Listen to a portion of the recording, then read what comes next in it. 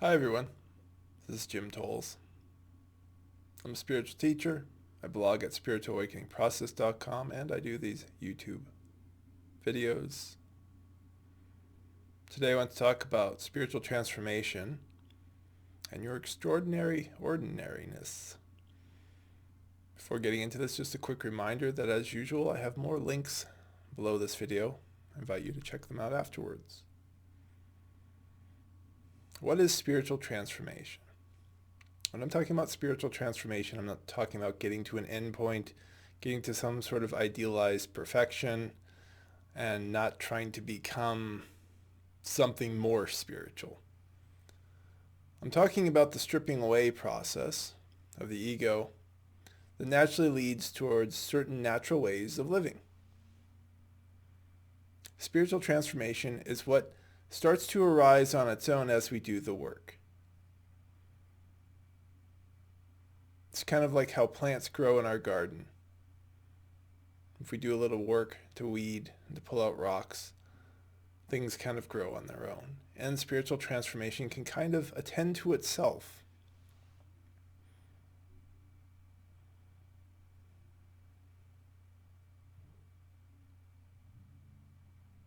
Spiritual transformation is appreciating the human being that does change.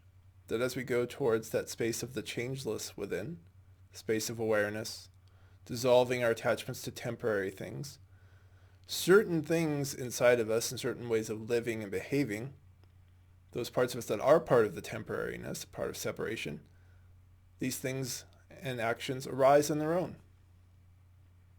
And it's sort of a very natural thing and a very ordinary thing. All those egos that are looking to be special on the spiritual path are headed in the wrong direction. There's nothing special about this. That's not what it's like to be within this space of awareness, to surrender to it and to transform from that surrender. It's very ordinary because a lot of life is pretty ordinary. Part of what's extraordinary here is that we miss this. It's just so simple, so ever present that we absolutely miss it. And that's kind of extraordinary. And it is just extraordinarily ordinary. It's like, yeah, chop wood, carry water. That old Buddhist saying. Before enlightenment, chop wood and carry water. After enlightenment, chop wood and carry water. The basics don't change, but there is a deeper appreciation of what matters. And this is this continued appreciation of what really matters, what is real. And we pay more attention to the things that actually have weight, have more of that impact in our life. Food has a serious impact in our lives. It's a very ordinary thing. Water has a very important impact in our life. Air quality, very important impact. And it's just, it's so ordinary that I can almost feel some of the egos watching this is like kind of like pulling back. It's like, no, it can't be that simple. Or like, I already do that all right. Or whatever we're used to telling ourselves. But particularly in Western society today, right now, we're not eating well. We are not drinking water that is anything related to the stuff that we used to drink. All the stuff that it goes through, all the things that end up in it now that we're now consuming. We're not breathing fresh air most of the time. We're breathing city air because a lot of us are living in urban centers.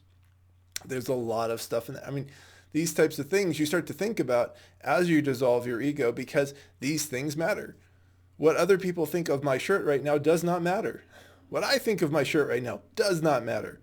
But yet when people are lost in illusion, right, they focus on these things that have no real weight. But can we cause suffering? Can we do all sorts of things from illusion? Yes, we have, and that's part of the problem. That we can go to war over illusory boundaries. No one has ever seen a boundary line on a map. Never have we seen one. People can put up a fence to try and say that, oh, there should be a boundary line here. It's like, this is, this country, and on the other side is that country. But that's not really real. It can be taken down. So spiritual transformation dissolves away these illusions and brings us deeper into appreciating how ordinary life is. And it's kind of awesome. And there's a real joy that comes out of surrendering to that ordinariness. That makes it kind of extraordinary.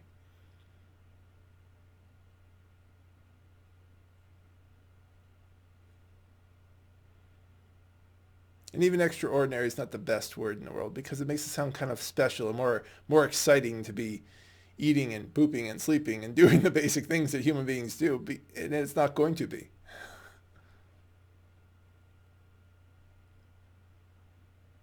But when you surrender more deeply, there is an aliveness that we start to really, really appreciate and we really, really notice in the ordinary. And that's really what I mean by the extraordinary. It's just this extraordinary aliveness within us, within life, of vibrance. And we miss this a lot.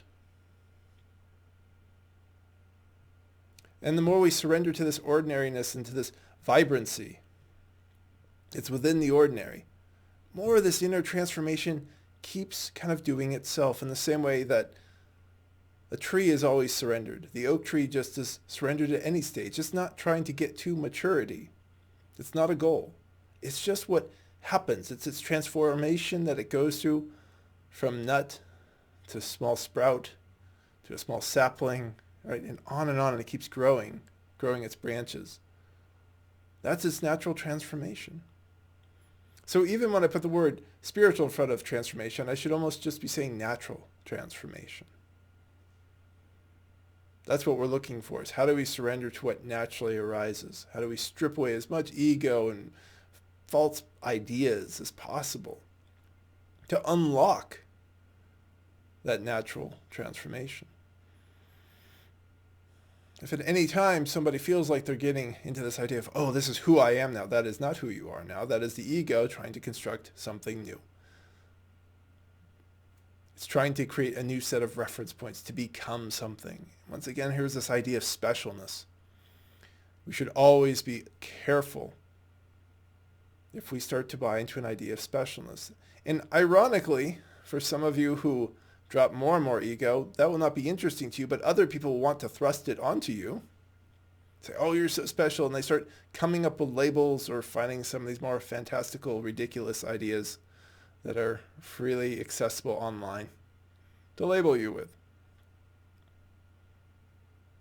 If a part of you likes it, go towards the attachment inside yourself that's starting to like this new label because it has nothing to do with you.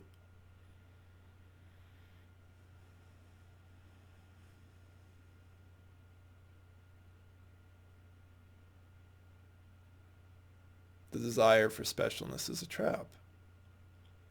Being nobody, which is another way I talk about dissolving the ego, it's just saying being, really. It's not, you don't even need nobody in that sentence. It's just being. Because being isn't anybody, isn't a somebody. But hopefully it sets up a contrast so that you understand that there's a being somebody and then there's the being nobody. Being nobody requires no effort. Being somebody requires effort. And that's part of what many of you are realizing as you're going through your process of dissolving the ego is how much effort you put in. How much unconscious effort. And then you keep deleting that effort to see what is real within inside yourself. More veils of illusion drop away. More attachments drop away. And the inner transformation continues to do itself for you. It can be tempting to want to get involved in that transformation, particularly if it feels good at times. But you have to surrender the transformation as well. That the amount of paddling in the river is actually very minimal. It's another one of my metaphors I know many of you are very familiar with. That life in the world of duality is kind of a river. And there is a certain intelligence that moves us. We learn to surrender. We surrender to what is as it is. And life kind of moves us for ourselves. There's a deeper dropping of even a personal will, where at certain points personal will is helpful in like choosing to do inner work, for example. But the further you go, the more that dissolves away.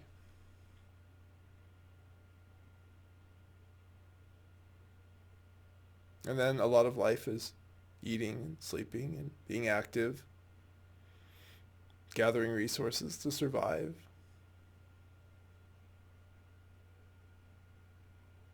For the ego that sought specialness, it may say at certain times, is this really it? Yes.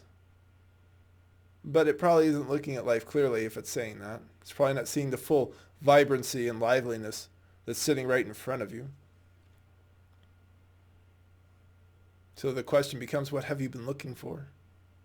If that comes up. Spiritual transformation is actually easy. It's easy because it's natural. It's because it wants to grow in the same way that the oak tree never worries about its growth. It never worries if it should be creating acorns.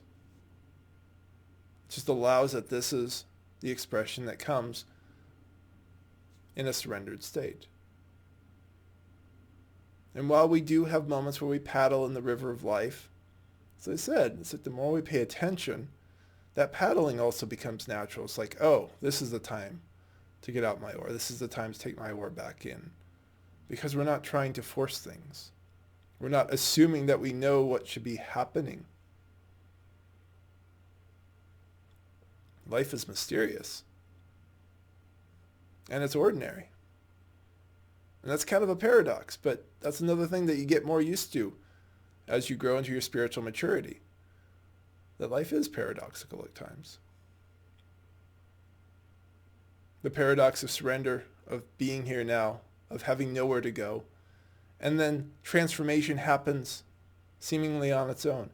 And it almost seems to accelerate in a certain way the more we surrender. And the reason it probably does that is because we're probably just getting out of the way more to something that already knows what to do.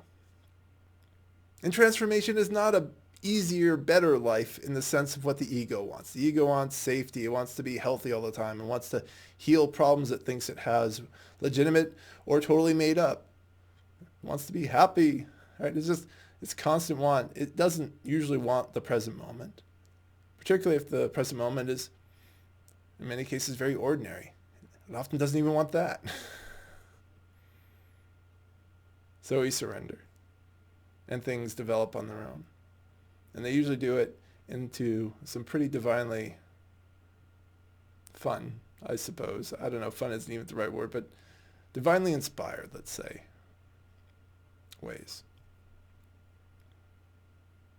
I hope these thoughts on spiritual transformation and your extraordinary ordinariness have been helpful. If not, feel free to ask a question below in the comments. Bye, everyone.